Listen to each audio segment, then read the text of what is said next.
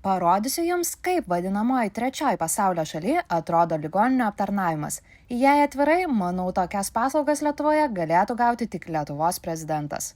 Prieš 3 mėnesius mūsų vaikas stipriai susirgo plaučių uždegimu ir mums teko 4 dienoms atsigulti į ligoninę. Visą tai atsėjo 3133 eurus.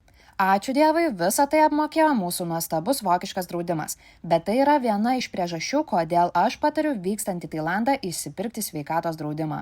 Na ir ką mes gavome už šią sumą?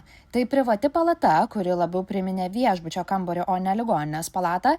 Čia galima buvo pasirinkti, kokio minkštumo ar kietumo pagalbės norėtumėte savo viešnagės metu, didelį televizorių su Netflix ir YouTube, maitinimas 3 kart dienoje su pasirinkimu iš vegetariško, europietiško ar tailandietiško maisto meniu, tiek vaikui, tiek suaugusiam.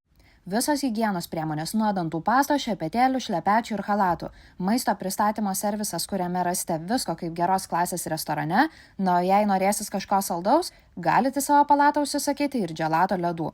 Vaiko priežiūra kas kelias valandas su visais vaistais ir reikiama pagalba.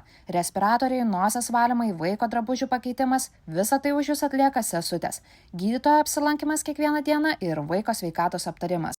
Na tai kaip, ar Tailandą vis dar galima vadinti trečiąja pasaulio šalimi?